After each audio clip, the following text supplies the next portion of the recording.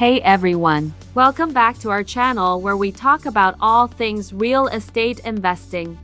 Today, we're going to dive into some exciting topics that can help you expand your investment strategies, exploring creative financing options like seller financing and lease options.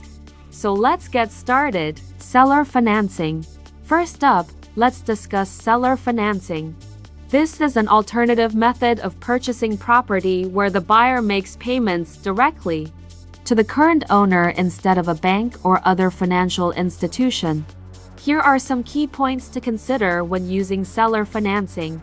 1. No bank involvement. The most significant advantage of seller financing is that it eliminates the need for traditional lenders, making the process faster and more flexible. 2. Negotiable terms. With seller financing, buyers have more control over the terms of their loan, including interest rates, payment schedules, and down payment requirements. 3. Lower barriers to entry. Seller financing allows investors who may not qualify for conventional loans due to poor credit scores or limited funds to purchase properties they might otherwise miss out on. However, there are also potential drawbacks to be aware of. Lack of standardization. Since each agreement is unique, it can be challenging to compare different offers and determine which one is best for you. Risk of default. If the borrower defaults on their payments, the investor could lose both the property and any money invested in it. To mitigate these risks, make sure to thoroughly vet potential sellers and negotiate favorable terms before entering into a seller financing arrangement. Lease options. Next, let's explore lease options.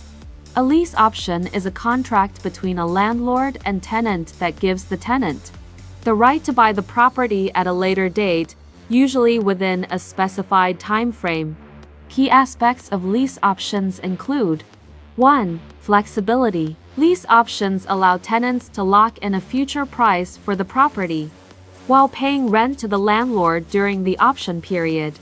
2. Low upfront costs. Unlike buying a home through a mortgage, lease options typically require little to no money down, making them accessible to those without substantial savings. 3. Potential profit. By exercising the option to buy at a predetermined price, the tenant can potentially profit from the increase in property value if the market appreciates during the option period. However, there are also potential disadvantages to consider. Limited control over property. During the option period, the tenant has limited rights to modify the property or use it for specific purposes. Risks of exercising option.